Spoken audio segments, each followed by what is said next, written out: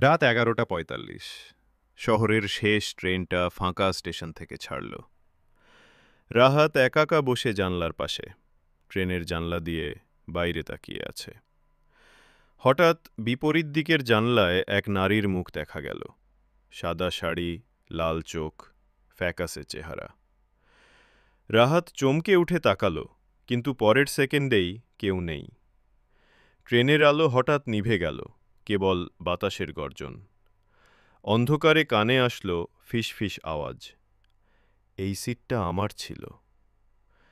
রাহাত নিচে তাকিয়ে দেখে তার পাশে এক জীর্ণ টিকিট পড়ে আছে, তারিখ ১৩ বছর আগের। পরের দিন সেই ট্রেন পাওয়া গিয়েছিল খালি, কিন্তু রাহাতের ব্যাগে রক্তে ভেজা টিকিট এখনও ছিল। এরকম ভূতের গল্প পেতে চ্যানেলটিকে সাবস্ক্রাইব করুন এবং বেশি বেশি শেয়ার করুন।